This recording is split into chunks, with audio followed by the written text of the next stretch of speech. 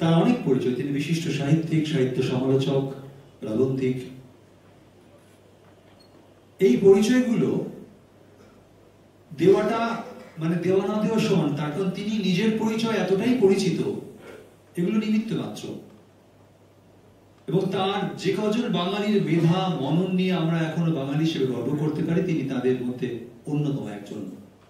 আমাদের সবার খুব প্রিয় শঙ্করলাল ভট্টাচার্য। আমি নিজে তার স্ক্রিপ্টে একসময় কাজ করার সুযোগ পেয়েছি, খুব আনন্দ করে আমরা সেই কাজটা করেছিলাম। আমি শঙ্কর থেকে অনুরোধ করছি মঞ্চে আসার জন্য, এবং আমার বিশ্বাস শঙ্করদা অন্য আরো এক বুদ্ধবাবুকে দেখেছেন, তার কাছে আমরা আরেকটা বুদ্ধবাবুকে দেখবো, চিনবো, যিনি আমাদের অচেনা, যিনি আমাদের অজানা।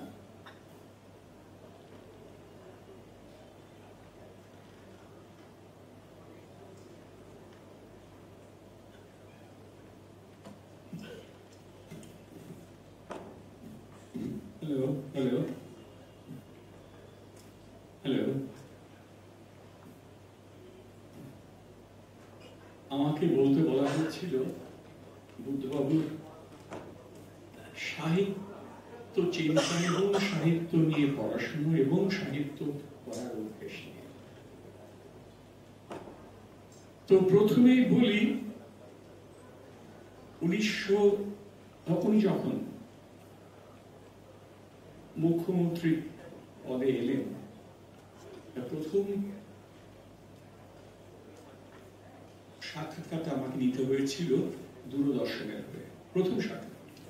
তো সেখানে আমি চেষ্টা করেছিলাম রাজনীতির বাইরে আরো যেসব অঞ্চল আছে সেসব নিয়ে যদি ওনাকে প্রশ্ন করা যায়। তো একটা প্রশ্ন ওখানে ছিল, আবার অপূর্ব উত্তর দিয়েছিলেন।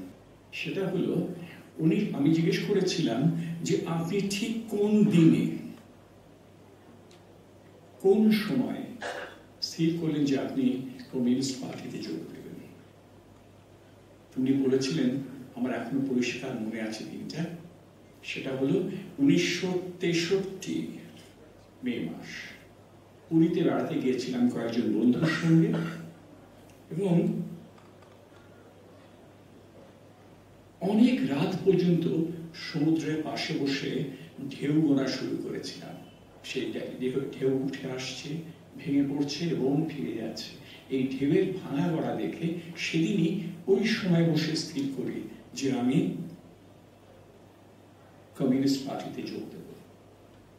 এই বর্ণনাটা আমার পরে মনে হয়েছিল, যখন ওর সঙ্গে, তার আগেও হতো কিন্তু তারপরে যখন ওনার সঙ্গে সাহিত্য নিয়ে কথা হতো, উনি উপন্যাসের কথা বলতেন, নানান ধরনের উপন্যাসের কথা বলতেন, তখন মনে হতো এই বর্ণনাটা উনি অন্ধকারে বসে ঢেউ দেখছেন, সে পাড়ে ভেঙে পড়ছে, আবার সরে যাচ্ছে, আবার ভাঙছে, আবার চলে যাচ্ছে। এই ভাঙা পড়াটা নিয়ে উনি দেখতে দেখতে উনি ঠিক করলেন যে উনি কমিউনিস্ট পার্টিতে যোগ দেবেন। এটা একটা উপন্যাসের অংশ হিসেবে আমার মনে হতো। ওনার জীবনের উপন্যাস যদি উনি লিখতেন, উনি লিখেছেন আত্মজীবনী, কিছুটা রয়েছে। আমার চেষ্টা ছিল ওনার সেসব লেখা প্রকাশ করার। ওনার চলে যাওয়ার পরে একটা সংকলনও করেছি, সেখানে বিমানবাবু এরা সবাই লিখেছেন, আছে তাদের লেখা। তো আমার ইচ্ছে ছিল যে ওর যদি আত্মজীবনীমূলক কোনো লেখা পাওয়া যায়। তখন পর্যন্ত জানতাম নেই, পরে শুনলাম নাকি একটা উনি লিখেছিলেন, কিন্তু সেটা একেবারে আলাদা করে রেখে দিয়েছেন। সেটা যদি উদ্ধার করতে পারি খুব ভালো লাগবে। তো এই হচ্ছেন বুদ্ধদেব ভট্টাচার্য। ঢেউ দেখতে দেখতে অন্ধকারে কমিউনিস্ট পার্টিতে যোগ দেবেন ঠিক করলেন। এবার বলি, উনি তখন প্রেসিডেন্সি কলেজে পড়েন। আমার আর এক বন্ধু সুমিত মিত্র, সে তখন ওর থেকে এক ক্লাস উপরে পড়তো। সুমিত আমার সঙ্গে বন্ধুত্ব হয় আনন্দবাজারে, যখন আমরা একসঙ্গে কাজ করি। তো সুমিত আমাকে লিখেছে, আমার সেই সংকলনটাতে যে লেখাটা লিখেছে তাতে বলছে যে ও নাকি প্রথম কাফকাকে নিয়ে এত গভীরভাবে কথা বলতে শুনেছিল প্রথম বুদ্ধদেব বাবুর কাছে। ও বুদ্ধদেব বলে বলতো, তো বয়সে বড়, তুমি সম্পর্ক ছিল। তো বললো বুদ্ধদেবের ওই কাফকার কথাটা শুনে আমার বেশ অবাক লাগলো। তো আমি ওকে জিজ্ঞেস করেছিলাম একদিন কথায় কথা, ওরা প্রায় আড্ডা হতো, গল্প হতো। তখন আমিও কফি হাউসে যখন যেতাম প্রেসিডেন্সি কলেজে এমএ পড়ার সময়, তখন দেখেছি ওদেরকে যেতে আসতে এরকম ভাবে দেখেছি, কিন্তু সেই বসাটা হয়নি কখনো। কিন্তু ওর কাছে শুনলাম যে বুদ্ধ প্রায় বলতেন যে দেখো, কাফকাকে আমাদের পড়তে হবে, এই বাস্তব অবাস্তব মিলিয়ে যেটা অদ্ভুত আর একটা বাস্তব উনি তৈরি করেন। এই যে ক্ষমাহীন একটা বাস্তবতা, যেটা মানুষের সমাজেই আমরা দেখছি, কিন্তু আমরা সেটাকে শনাক্ত করতে পারি না। কি জন্য বলছেন না, মেটামরফোসিস বলে ওনার সে বিখ্যাত গল্পের আলোচনা। তো আমার মনে আছে আমি যখন ওনার সঙ্গে পরে, উনি তখন মুখ্যমন্ত্রী হননি, উনি সংস্কৃতি মন্ত্রী ছিলেন, তো ওনার সঙ্গে কথা হতো। তা আমি ওনাকে জিজ্ঞেস করেছিলাম যে আপনার কাফকার প্রতি দুর্বলতা কেন? আপনি তো বাম স্কুলে বামপন্থী চিন্তাধারায় মানুষ হয়েছেন, একেবারে উল্টো দিকের ঘরের এই মানুষটির প্রতি এই দুর্বলতা কেন? উনি বলেন দেখুন, একটা কথা থেকে বলি, এটা মাথায় রাখতেই হয় যে আমরা যেটাকে শেষ ভাবছি তারও একটা উত্তর দিক আছে। উত্তর মানে উল্টো দিক যেটা আছে আমাদের সামনে রয়েছে, তাদের সঙ্গে সংগ্রাম, তাদের সঙ্গে চেষ্টা করে লড়াই করে আমাদের একটা বাস্তবতার ধারণা তৈরি করতে হয়। Nothing is given free. There is no free lunch in politics. এইটা বলতে বলতে আমি একটা জিনিস অনুভব করলাম যে রাজনীতি এবং সাহিত্য, এই দুটো জিনিস উনি এত সুন্দরভাবে মেলাতেন। কি করে মেলাতেন সেটা নিয়ে বলতে গেলে আজকে যে সময় আমাকে দেওয়া হয়েছে তার কিছুই হবে না। ইচ্ছে আছে পরে একটা প্রবন্ধ করে সেটা লিখব, বড় প্রবন্ধ করে লিখব সেই অংশগুলো, সেই কথাগুলো, সেই ভাবনাগুলো, এবং যেভাবে উনি ব্যাখ্যা করে গেছেন। তো যাই হোক, কাফকার প্রতি এই দুর্বলতাটা কেন, সেটা আমি ক্রমেও আস্তে আস্তে বুঝতে পারছিলাম যখন উনি মুখ্যমন্ত্রী। একটা অবাস্তবতার মধ্যে যেন আমাদের জীবনযাত্রা নিক্ষিপ্ত হয়েছে। উনি কাজ করবেন কি, সারাক্ষণ তো বিরোধী এটা চিৎকার করছে, এই করছে, সে করছে, একটার পর একটা ঘটনা ঘটছে। উনি যা করতে চাইছেন, যা স্বপ্ন দেখছেন, সেগুলো ভাঙার জন্য উঠে পড়ে লেগেছে একটা বড় কিছু। তো এর মধ্যে একটা নতুন স্বপ্ন দেখা, যেটা আগে যেটা বাদশাহ বলছিল, স্বপ্ন দেখা, এই একটা নিজেকে একটা জায়গায় বসিয়ে প্রক্ষেপণ করে একটা স্বপ্ন দেখা। This is what is known as, কি বলবো, সেলফ স্যাক্রিফাইস। নিজে করে প্রায় ছুড়ে দিয়েছিলেন, যা হোক আমার কাজ করে যেতে হবে। আমার রাজনীতির জন্য আমার খুব বেশি বা চোখ দিয়ে জল পড়েনি, কিন্তু আমার একদিন চোখে জল এসেছিল যেদিন বুদ্ধবাবুর সিঙ্গুরের কল্পনাটা নষ্ট হয়ে গেল। আর মিস্টার টাটা, রতন টাটা বললেন, আমার মাথায়, আমি বলেছিলাম আমার মাথায় বন্দুক ধরলেও আমি এখান থেকে সরে আসবো না, কিন্তু সেই বন্দুকটা ছোড়া হয়ে গেছে। আমার সেদিন চোখে জল এসেছিল যে একটা বাস্তবকে আমরা হারাচ্ছি, যে বাস্তবটা আসলে একটা স্বপ্ন, কিন্তু সেটা বাস্তব হলে, সেই বাস্তবটা তৈরি হলে আমাদের একটা নতুন জীবন তৈরি হতে পারত। যাকে এবারে বলি ওনার সাহিত্যের কথা। উনি মানিক বন্দ্যোপাধ্যায় ভীষণ ভালোবাসতেন। আমাকে বই উপহার করেছিলেন, ভারী সুন্দর বইটা। আমি পড়ে যখন ওনাকে ফোন করলাম যে বই পড়া হয়েছে, পড়ে ফেলেছেন, পড়ে যায় জীবন নশ্বর। খুব কঠিন ধারায় উনি আর্গিউ করে লিখতেন, মানে তর্ক করে করে। এই পুরো বইটা বিশেষ বড় নয়, এই সজীব পাতার মতন, কিন্তু প্রতিটি বলা যেতে পারে প্যারাগ্রাফ আর্গিউ করে করে, তর্ক করে করে লেখা, কেন, কি বৃত্তান্ত ইত্যাদি। সেটা বলার সময় নেই, কিন্তু আমার পরে যখন লিখবো সেটাকে ব্যাখ্যা করবো কেন এই তর্কটা। আসলে আমি যখন ওনাকে জিজ্ঞেস করেছিলাম সেই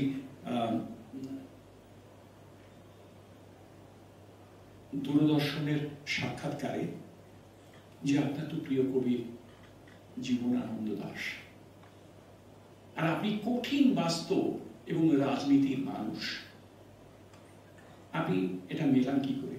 কি অসাধারণ উত্তর দিয়েছেন, এত জেনে বুঝে একেবারে মূল শিকড়ের কথা বলা খুব বেশি লোকের আমি সন্ধান পাইনি। উনি বললেন যে শঙ্করবাবু,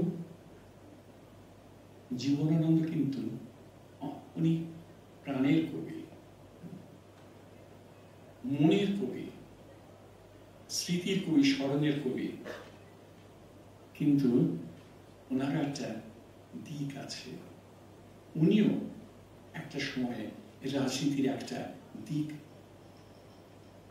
ধরে নিয়েছিলেন এবং সেটা আছে তার লেখাতে, তার গদ্য রচনায় আছে, আমি জানি আছে বলে কবিতা এবং রাজনীতি মেলানো খুব কঠিন কিন্তু নয়। ওনার কথাতেই আছে। ওই যদি আবার কখন ওরা প্লে করে টেলিভিশনে, আপনারা দেখলে শুনতে পারবেন, বলছেন কবিতা রাজনীতির মধ্যে বৈরিতা নেই, কবিতার রাজনীতি কিন্তু অনেকাংশে একে অন্যকে সম্পূর্ণ করে, পরিপূরক হয়। যেহেতু উনি মায়াকভস্কির উপরে খুব ভালোবাসা করে দেখিয়েছেন, মায়াকভস্কি অনুবাদ করেছেন। মায়াকভস্কি বলতো ওনার একটা বেশ একটা ভেতরে চন্মনে ব্যাপার আসতো। এবার বলি, এই 2 বছর আগে আমাকে লিখতে বলা হয়েছিল পুজো সংখ্যা, বামপন্থী যে পত্রিকাটা আছে, বিখ্যাত পত্রিকা, যে আপনি আপনার মনের মতন একটা প্রবন্ধ লিখুন কোনো বিষয় নিয়ে। তো আমি লিখেছিলাম 2 বছর 3 বছর হলো, আমি আলবেয়ার কামুকে নিয়ে লিখেছিলাম।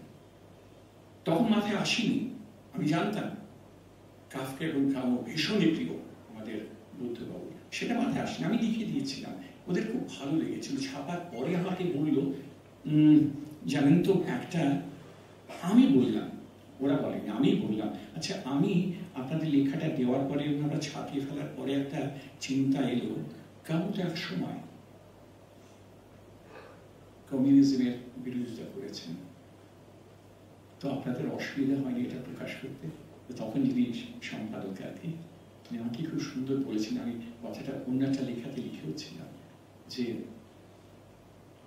আপনার বন্ধু কামুর ভক্ত তো আপনি জানেন, আমাদের এই বাছবিচারগুলো সেভাবে করা দরকার নেই। বন্ধু তো কামুর ভক্ত, হ্যাঁ উনি কাফকারও ভক্ত বলে, তাহলে তো যাই হোক, এতে বোঝা যায় উনি এই চিন্তার ক্ষেত্র, ভালোবাসার ক্ষেত্র, এই সংযোগের ক্ষেত্রগুলো কিভাবে বিস্তারিত করেছে। ক্রমাগত একটা জিনিস বলি আপনাদের, আমি ওনাকে সেই আলোচনাতে জিজ্ঞেস করেছিলাম, সেই টেলিভিশনের কথোপকথনে, যে আপনি প্রেমের গল্প পড়েন? বলে হ্যাঁ পড়ি। ভালো লাগে না? খুব ভালো লাগে, খুবই ভালো লাগে। তাই বলে আপনার একটা প্রিয় প্রেমের গল্পের কথা বলবো। উনি বললেন, প্রেমের গল্প বলবো না, উপন্যাসের কথা বলবো? আমি বললাম বলুন। ওটা হলো পুতুল নাচের ইতিকথার কথা উনি বললেন।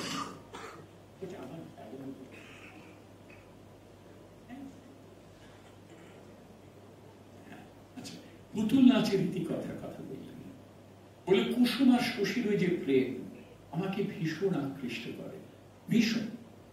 এবং ওটাকে আমি একটা প্রেমের গল্প বলেই ধরি, এবং এত সুন্দর একটা প্রেম, এই সম্পর্কগত। উনি বলেন, দেখুন শেষ পর্যন্ত প্রেম কিরকম জিনিস এটা তো আঙুল দেখিয়ে বলা যায় না। শেষ পর্যন্ত যেটা বলা যায় সেটা হচ্ছে একটা সম্পর্কের কথা। প্রেম, বিদ্বেষ সবকিছু সম্পর্কের উপর হয়। তো এই সম্পর্কটার দিকে আমরা অঙ্গুলি নির্দেশ করতে পারি। আর আমার এই কুসুম আর শশীর এই সম্পর্কটাকে আমার একটা প্রেমের গল্প বলে মনে হয়েছিল উপন্যাসীদের। আর তারপরে বললেন যেটা আমার ভীষণ ভালো লেগেছিল, শুনুন, উনি বলছেন আমাকে, আমার খুব প্রিয় প্রেমের গল্প আর একটা আছে, সেটা কিরকম না, love in the time of cholera. Love in the time of cholera অসাধারণ একটা উপন্যাস, ওনার পরের দিকে লেখা। মার্কেসের, গাব্রিয়েল গার্সিয়া মার্কেসের। মার্কেস ওনার ভীষণ প্রিয় লেখক, ভীষণ প্রিয় লেখক। তো তখন উনি বলেন যে মার্কেসের, উনি তো অনুবাদও করেছেন ক্ল্যান্ডেস্টিন ইন চিলে, উনি অনুবাদ করেছেন বাংলাতে, আমাকে দিয়েছেন, ওটা ভীষণ ভালো অনুবাদ, খুবই সুন্দর অনুবাদ। তো যে আপনি বললেন যে love in the time of cholera, এটা কিরকম একটা প্রেমের গল্প বলুন তো? অদ্ভুত প্রেমেরই গল্প, কিন্তু কি অদ্ভুত ভয়ানক একটা সংঘর্ষের মধ্যে দিয়ে যাচ্ছে, এবং মার্কেস সেখানে তার সাংঘাতিক সেই সুরিয়ালিজমের খেলা খেলে যাচ্ছে, নানান ধরনের মানে ওটা যেটাকে ম্যাজিক রিয়েলিজম বলে, ম্যাজিক রিয়েলিজমের জাদু বাস্তবের খেলা খেলছে। কি অদ্ভুত বলুন তো? মানে অদ্ভুত তো বটেই। বলি এই প্রেম আমাদেরও আছে, জানতে হবে, বুঝতে হবে, লিখতে হবে। এই প্রেম আমাদেরও আছে, অবাস্তবতার একটা নতুন চেহারা, যেটা বাস্তব হয়ে উঠছে। এবার বলি, উনি লাতিন আমেরিকার লেখালেখির বৈশিষ্ট্য কি বলতেন জানেন তো? উনি বলতেন বাস্তবের সত্য অসত্যকে ভেঙে একটা অন্য ধরনের বাস্তবতা সৃষ্টি করা। বাস্তবের সত্য এবং অসত্যকে ভেঙে একটা অন্য ধরনের বাস্তবতা সৃষ্টি করা। তা আমি বললাম যে আপনি এত ধরনের বাস্তব নিয়ে চলেন কি করে? আপনার বাস্তবতা তো আপনার, যদি বামপন্থী চিন্তার কথাই বলেন, বলে দেখুন লাতিন আমেরিকাতে বামপন্থীর তো অভাব নেই, তারা যুদ্ধ করে গেছে। কার্পেন্টিয়ারের কথা বললেন, কার্পেন্টিয়ারকে আমি মনে করি আধুনিক উপন্যাসের একজন প্রধান পুরুষ, প্রথম পুরুষও বলতে পারি। আমার তাই বলে, হ্যাঁ, তার কারণ হচ্ছে কি, এরাই চেষ্টা করেছে দেখাতে বাস্তব অবাস্তবের সম্পর্কগুলো, এবং এই সম্পর্কটা দেখানো যে উপন্যাসের কাজ এবং রীতি, সেটাকে আমি আধুনিকতার গোড়া কথা বলবো না কেন? তখন আমাকে জিজ্ঞেস করতে হয়েছিল যে আপনার সব সময় পড়া বই কি? সবসময় পড়তে ইচ্ছে হয়। আপনার অবাক হয়ে যাবেন এই তথ্যটা আপনাদের দিতে পারছি বলে আমি নিজেও গর্বিত বোধ করছি। আমার গায়ে কাটা দিচ্ছিল যখন আমি ভাবছিলাম আজকে দুপুরবেলা কি বলবো, তখন এই মাথায় আসছিল। উনি বলেছেন সেটা আছে ওই ইন্টারভিউটাতে আছে, সেটা উনি বলেছিলেন মার্সেল প্রুস্ট, ফ্রান্সের। আর কোন বইটা? À la recherche de temps perdu, in search of time past। আমার গায়ে কাটা দিয়েছিল যখন উনি বলেছিলেন, ওখানে ওই বসে আছি ওইখানে ওই স্টুডিওতে, গায়ের উপর অত বড় আলো পড়েছে, আর ওনার সঙ্গে সামনাসামনি বসে আমার গায়ে কাটা দিল। উনি যখন বললেন প্রুস্ট, আমি প্রুস্ট প্রায় পড়ি, যখনই সুযোগ হয়। আমার ওটা একটা প্রিয় পাঠ।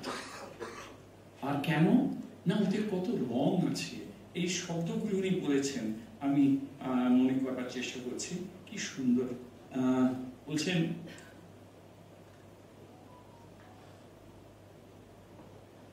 কি রং আছে,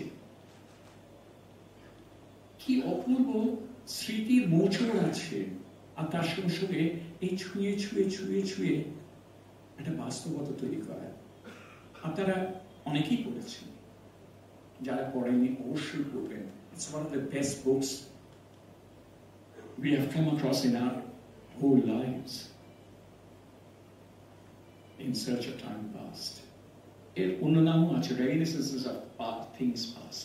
Reminiscences of Things Past. কমল কুমার মজুমদার মশাই, আমাদের বিখ্যাত কমল কুমার মজুমদার লেখক, তার সঙ্গে কথা হতো। উনি এই বইটির কথাই বলতেন। উনি বলতেন যে একদিন ওনার সঙ্গে আড্ডা হতো, গল্প হলো, তো তখন উনি বলতেন যে শোনেন শোনেন, উনি আপনি করে বলতেন, কাউকে তুমি বলতেন না, দু চারজন বাড়ির লোক ছাড়া হয়তো। তো উনি বলতেন, শোনেন একটা কথা, কি করে স্মরণ আসে, কি করে স্মৃতি আসে, এটা একটা আবিষ্কার।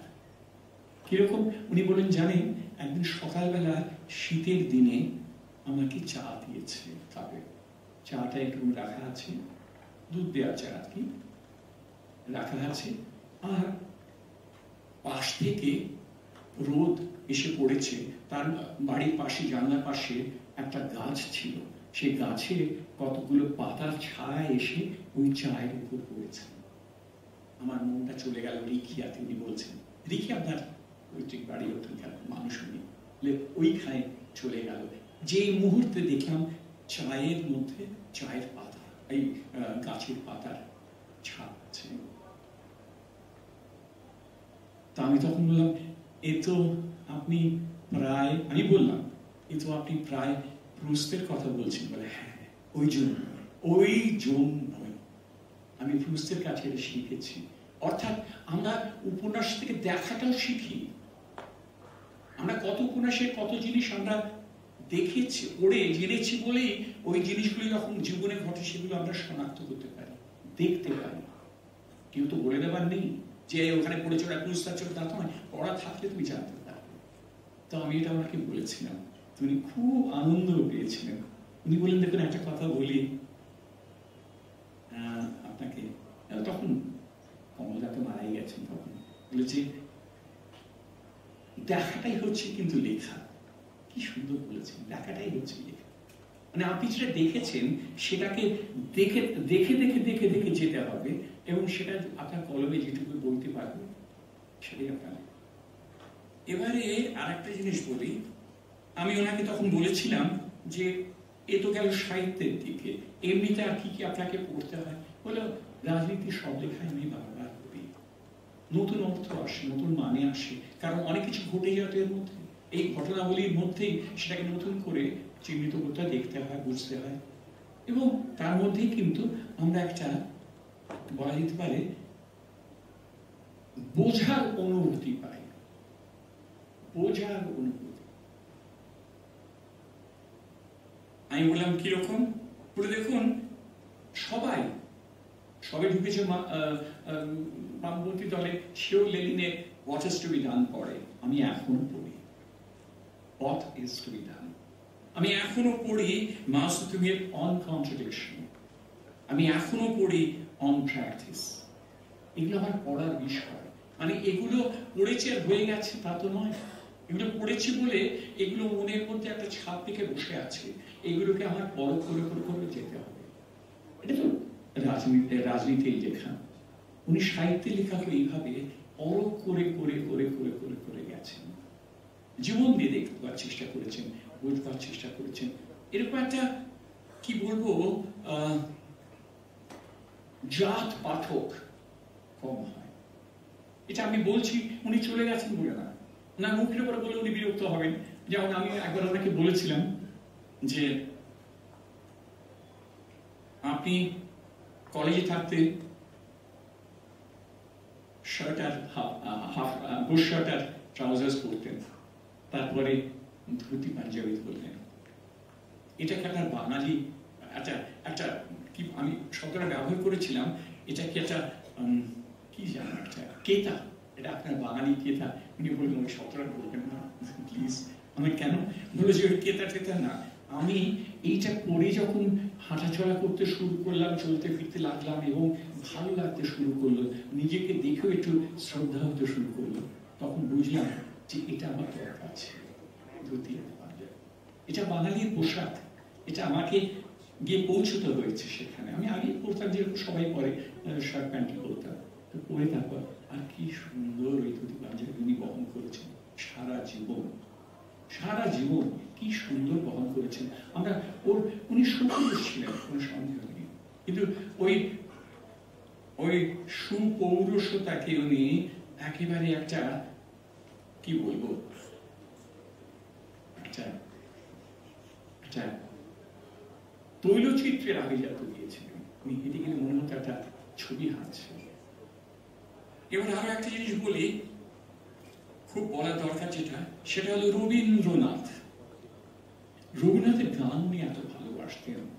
কি ভালোবাসতেন! ওনার সঙ্গে রবি ঠাকুরের গান, রবীন্দ্রসঙ্গীত নিয়ে আলোচনা করলে মনে হতো যে আমি গানই শুনছি, আমি শুনেছি। মানে উনি তো কথায় কথায় উনি বলছেন, আপনি দেখুন, আপনি তো গান নিয়ে এত বলেন, করে শেখান, এই গানটাকে ওই গানটাকে, এরকম নিয়ে আমাদের চর্চা করতো। তার মধ্যে উনি গানকে কি করে দেখতেন একটু আমি আন্দাজ পেয়েছিলাম। সেটা হলে গান, ওই রবীন্দ্রনাথের গানের কথাগুলো, কবিতাগুলো উনি মুখস্থ রাখতেন।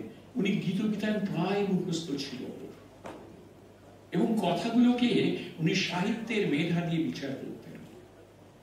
শুধু গান সুর দিয়ে সেটাকে সুন্দর করা হয়েছে বলে নয়, সুন্দর করা বা আরো অন্যভাবে দাঁড় করানো হয়েছে বলে নয়, ওদের কাব্যগুলো উনি আলোচনা করতেন, বলতেন।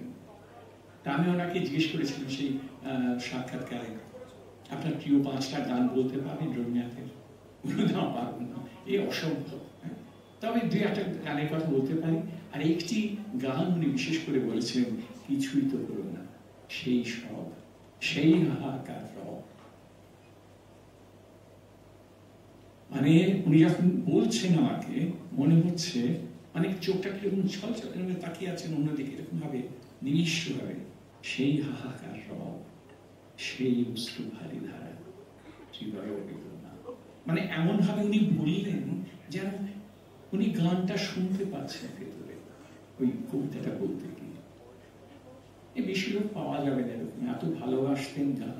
আমাকে বলতেন আমার রাত্রিরে বাড়ি পৌঁছলে 2টো কাজই আছে, হয় বই পড়া নয় গান শোনা। আর গান যিনি কিরকম ভালোবাসতেন তার কিছু প্রমাণ আমার কাছে আছে।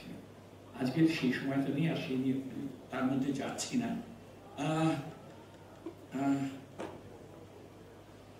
এবারে বলি আরেকটা কথা, ওই মানিকবাবু সম্পর্কে বলছেন না, পুড়ে যায় জীবন নশ্বর, সেটা উনি বলেছিলেন যে মানিকবাবু কে উনি শ্রেষ্ঠ ঔপন্যাসিক মনে করতেন। উনি লিখেছেন, সেটা বইটার মধ্যে লিখেছেন যে আমার কাছে শ্রেষ্ঠ। তার কারণ হচ্ছে গিয়ে জীবনকে এইভাবে আঁকড়ে ধরে ব্যাখ্যা করা, ঘটনা দিয়ে, সংঘাত দিয়ে, বিচার বুদ্ধি এবং সংলাপ দিয়ে, পরিস্থিতি দিয়ে, এত সুন্দর ওই 200 পাতার বই, প্রতিটি জিনিস উনি ব্যাখ্যা করে করে করে করে করে এগিয়েছেন। আর জীবনানন্দ সম্পর্কে বলছেন যে, একটু আগেই বললাম যে উনি রাজনীতির কোন দিকটা দেখছেন সেটা আমরা জানি। উনি বাংলা বাংলা করে পাগল, ওই বাংলা এই বাংলা, বাংলা নিয়ে ওনার জীবন। কিন্তু ওনার বাংলাটা একটা বৈশ্বিক বাংলা, একটা মানবতার বাংলা। আর কবিতার সঙ্গে রাজনীতির কোনো বিরোধী কখনোই নেই। Poetry is the last example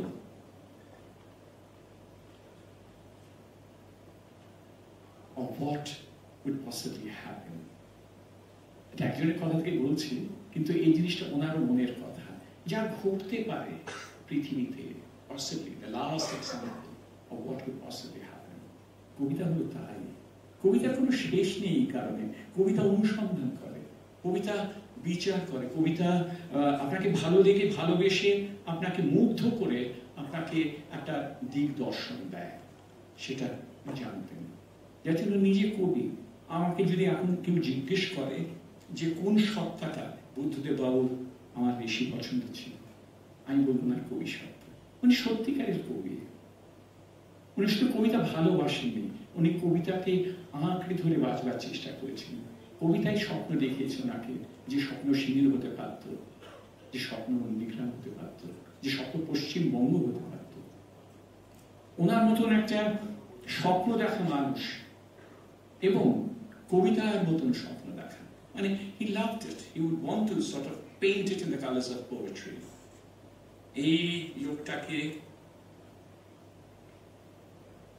এই লোকটাকে যখন চলে যেতে হলো, তখন একটা আমার দুঃখ সারা জীবনের। আমি তখন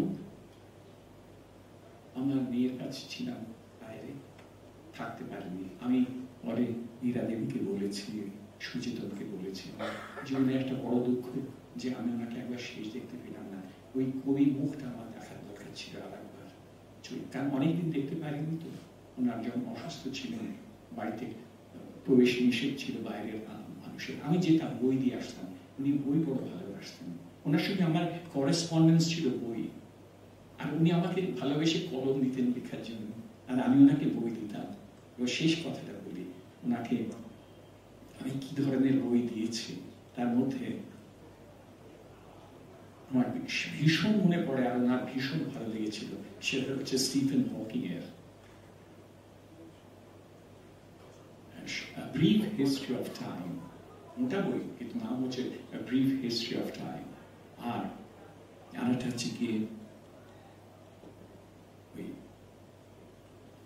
এদের নিয়ে কি বলে ব্ল্যাক হোলস এর নিয়ে, black holes and baby universes. অপূর্ব দুটো বই উনি পড়ে, এই হচ্ছে পাঠক, উনি পড়ার পরে black holes and baby universes তার 7 দিন পরে আমাকে ফোন করে বলছে কি অপূর্ব বই আমাকে দিয়েছেন, আমি ওকে দিয়েছি। আমার বিজ্ঞানের হাতে উনি দেখতেন যে মন্ত্রী বলেছে পড়ো পড়ো পড়ো, দেখো বিজ্ঞান কিভাবে লিখতে হয়, বিজ্ঞান কি করে লিখতে হয় দেখো। আমার এত ভালো লেগেছিল যে এইভাবে তো মানুষের পড়া উচিত। Reading is not a habit merely, reading is not an exercise, reading is not merely a discipline, reading is a way of life. ধন্যবাদ, নমস্কার।